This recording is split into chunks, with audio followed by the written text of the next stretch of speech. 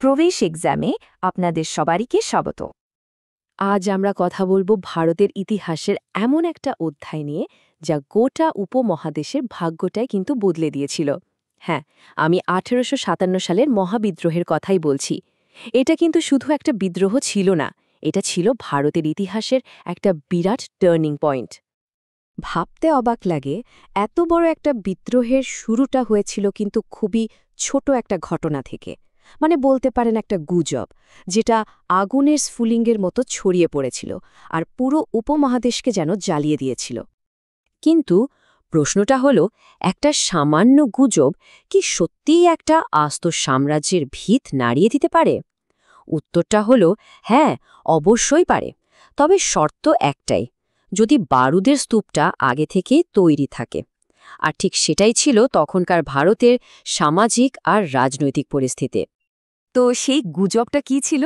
আচ্ছা, ওটা ছিল গ্রিজড কার্তুজ বিতর্ক। ব্যাপারটা হলো, তখন একটা নতুন এনফিল্ড রাইফেল আনা হয়েছিল, আর তার কার্তুজটা মানে গুলিটা বন্দুকে ভরার আগে দাঁত দিয়ে কেটে খুলতে হতো। গুজব রটে গেল যে এই কার্তুজের খোলসে নাকি গরু আর শূকরের চর্বি মাখানো আছে। এখন দেখুন, হিন্দুদের কাছে গরু পবিত্র আর মুসলিমদের জন্য শূকর হারাম। ফলে দুই ধর্মের সিপাহীদের মধ্যেই তীব্র রাগ আর ক্ষোভ তৈরি হল। এটা ছিল তাদের ধর্মীয় বিশ্বাসে সরাসরি একটা আঘাত। তবে সত্যি বলতে কি, ওই কার্তুজের ঘটনাটা ছিল শুধু একটা ছুতো। আসল আগুনটা তো ভেতরে ভেতরে জমছিল অনেক আগে থেকেই। চলুন এবার একটু গভীরে যাই আর দেখি সেই কারণগুলো যেগুলো এই বিদ্রোহের জন্য মাটি তৈরি করেছিল। রাজনৈতিক দিক থেকে দেখলে ব্রিটিশরা একের পর এক এমন সব নীতি আনছিল যা দিয়ে ভারতীয় শাসকদের ক্ষমতা কেড়ে নেওয়া হচ্ছিল। যেমন ধরুন, লর্ড ডালহাউসের সেই কুখ্যাত সত্ত্ববিলোপ নীতি, কিংবা 1856 সালে অযোধ্যার মতো একটা সমৃদ্ধ রাজ্যকে স্রেফ দখল করে নেওয়া। এর ওপর ছিল ভারতীয় রাজা মহারাজাদের প্রতি পদে পদে অপমান আর অবহেলা।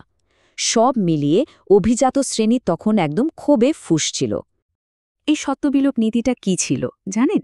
এটা ছিল এক অদ্ভুত আইন। এই নীতি অনুযায়ী যদি কোনো রাজার নিজের ছেলে না থাকত, তাহলে তার মৃত্যুর পর সেই রাজ্যটা সরাসরি ব্রিটিশ ইস্ট ইন্ডিয়া কোম্পানির দখলে চলে যেত। ভাবুন একবার, ঝাঁসির মতো কতগুলো রাজ্য ঠিক এভাবেই ইংরেজদের হাতে চলে যায়।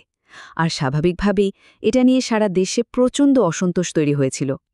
অর্থনৈতিক দিকটা তো ছিল আরও ভয়ঙ্কর। একদিকে কৃষকদের উপর চাপানো হয়েছিল এমন করের বোঝা যা মেটাতে গিয়ে তারা সর্বশান্ত হয়ে যাচ্ছিল। অন্যদিকে ইংল্যান্ড থেকে আসা সস্তা পণ্যের দাপটে ভারতের যে বিশ্বজোড়া নামকরা হস্তশিল্প ছিল তা প্রায় ধ্বংসের মুখে। তার উপর ছিল জমিদারি ব্যবস্থার মতো শোষণমূলক সব নিয়মকানুন, মানে সাধারণ মানুষের বেঁচে থাকাটাই কঠিন হয়ে পড়েছিল। এবার আসি সেই সিপাহীদের কথায়, যাদের কাঁধে ভর দিয়ে ব্রিটিশরা সাম্রাজ্য চালাত। তাদের অবস্থা কেমন ছিল? খুবই খারাপ। একই কাজ করেও ব্রিটিশ সৈনিকদের থেকে তাদের বেতন ছিল অনেক কম। প্রমোশন বা পদোন্নতির তো কোনো সুযোগই ছিল না, আর পদে পদে ছিল অপমান। মজার ব্যাপার হলো, সেনাবাহিনীতে ভারতীয় সিপাহীরাই ছিল সংখ্যায় অনেক বেশি, কিন্তু তাদের কোনো সম্মানই ছিল না। এর সাথে যোগ হয়েছিল একটা সামাজিক আর ধর্মীয় আতঙ্ক। মানুষের মনে একটা ভয় জেঁকে বসেছিল যে ইংরেজরা হয়তো সবাইকে জোর করে খ্রিস্টান বানিয়ে দেবে। এমনকি যখন সতীদাহ প্রথা বন্ধ করার মতো ভালো উদ্যোগ নেওয়া হলো বা পাশ্চাত্য শিক্ষা চালু হলো, তখনও অনেকে একে নিজেদের ধর্ম আর সংস্কৃতির ওপর আক্রমণ হিসেবেই দেখল। সব মিলিয়ে পরিস্থিতিটা ছিল একটা টাইম বোমার মতো, যেটা ফাটার অপেক্ষায় ছিল। যখন বিদ্রোহের আগুনটা শেষমেশ জ্বলে উঠল, তখন ইতিহাসের মঞ্চে আবির্ভাব হল বেশ কিছু সাহসী মানুষের। চলুন এবার আমরা সেই সব বীর নেতাদের কথা শুনি যারা এই মহাবিদ্রোহে নেতৃত্ব দিয়েছিলেন। তো বিদ্রোহের আগুনটা প্রথম জ্বলে ওঠে মিরাটে 1857 সালের 10 মে। সেখান থেকে সিপাহীরা সোজা দিল্লির দিকে মার্চ করে। তারা মুঘল সম্রাট বাহাদুর শাহ জাফরকে হিন্দুস্তানের সম্রাট হিসেবে ঘোষণা করে, যদিও তিনি নামে মাত্রই সম্রাট ছিলেন। কিন্তু এই ঘোষণার পরেই যেন পুরো উত্তর ভারতে বিদ্রোহ ছড়িয়ে পড়ে। ঝাঁসি, কানপুর, লখনৌয়ের মতো জায়গাগুলো হয়ে ওঠে প্রতিরোধের কেন্দ্র। তবে হ্যাঁ, ব্রিটিশদের আধুনিক অস্ত্র আর নির্মম দমননীতির সামনে এই বীরত্বপূর্ণ প্রতিরোধ বেশিদিন টিকতে পারেনি। 1858 সালের মধ্যেই বিদ্রোহ প্রায় দমন করা হয়। এই সংগ্রামে বেশ কিছু অসাধারণ ব্যক্তিত্ব সামনে এসেছিলেন, যেমন ধরুন দিল্লিতে অনিচ্ছুক সম্রাট বাহাদুর শাহ জাফর, কানপুরে নেতৃত্ব দিচ্ছিলেন নানা সাহেব আর তার বিশ্বস্ত সেনাপতি তান্তিয়া টোপি, লখনৌতে ছিলেন বেগম হজরত মহল, আর অবশ্যই ঝাঁসির রানী লক্ষ্মীবাই, যার বীরত্বের কথা আমরা আজও পড়ি। এরা প্রত্যেকেই নিজেদের অঞ্চলে অসাধারণ সাহসের পরিচয় দিয়েছিলেন। কিন্তু এত বীরত্ব, এত আত্মত্যাগ সত্ত্বেও বিদ্রোহটা শেষ পর্যন্ত সফল হয়নি। কেন এমন হল? চলুন এবার আমরা ব্যর্থতার কারণগুলো খুঁজে দেখি। আর এটাও জানি যে এই বিদ্রোহের পর ভারতে কিভাবে এক নতুন যুগের ব্রিটিশ রাজের সূচনা হল। এই বিশাল গণ আন্দোলনটা কেন ব্যর্থ হল তার পেছনে কিন্তু বেশ কয়েকটা বড় কারণ ছিল।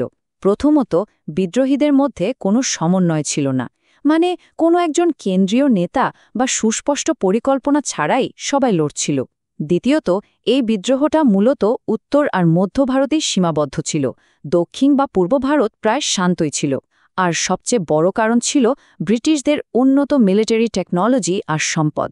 তার সাথে কিছু ভারতীয় রাজাদের বিশ্বাসঘাতকতা তো ছিলই, যারা ব্রিটিশদের পক্ষ নিয়েছিল। বিদ্রোহ ব্যর্থ হলেও এর একটা বিরাট বড় ফলাফল ছিল, আর সেটা হল ভারতে ক্ষমতার হাত বদল। ভাবুন, এতদিন ধরে ভারত শাসন করছিল একটা ব্যবসায়ী company, British east India company. এই বিদ্রোহের পর ব্রিটিশ সরকার সরাসরি ভারতের শাসনভার নিজেদের হাতে তুলে নিল। কোম্পানির গভর্নর জেনারেলের পদের বদলে এলেন রানীর সরাসরি প্রতিনিধি ভাইসরয়। আর ঠিক এখান থেকেই শুরু হল ব্রিটিশ রাজের যুগ। এই বিদ্রোহের প্রভাব ছিল সুদূর প্রসারী। এক কথায় বলতে গেলে ইস্ট ইন্ডিয়া কোম্পানির 100 বছরের শাসনের অবসান ঘটল। ভারতে শুরু হল ব্রিটিশ রাজ, যা চলেছিল 1947 সাল পর্যন্ত। সেনাবাহিনীকে নতুন করে সাজানো হলো, যেখানে ব্রিটিশ সৈন্যের সংখ্যা বাড়িয়ে দেওয়া হলো। তবে সবচেয়ে গুরুত্বপূর্ণ ফলাফল ছিল ভারতীয় জাতীয়তাবাদের জন্ম। এই বিদ্রোহের ব্যর্থতাই যেন ভবিষ্যতের স্বাধীনতা সংগ্রামীদের জন্য অনুপ্রেরণা হয়ে উঠেছিল। সবশেষে একটা প্রশ্ন কিন্তু থেকেই যায়, এই ঘটনাটাকে আমরা ঠিক কী নামে ডাকব? এটা কি শুধু একটা বিদ্রোহ, নাকি সিপাহী বিদ্রোহ, নাকি ভারতের প্রথম স্বাধীনতা যুদ্ধ? এর উত্তরটা হয়তো নির্ভর করে আমরা কোন দৃষ্টিকোণ থেকে ইতিহাসকে দেখছি।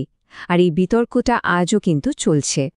সরকারি পরীক্ষার প্রস্তুতির জন্য বিনামূল্যে মক টেস্ট এবং এআই ভিত্তিক দারুণ সব লার্নিং টুলস পেতে এখনই রেজিস্টার করুন praveshexam.com-এ। আর হ্যাঁ, আমাদের এই প্রচেষ্টা যদি ভালো লেগে থাকে তাহলে লাইক, কমেন্ট আর সাবস্ক্রাইব করতে একদম ভুলবেন না।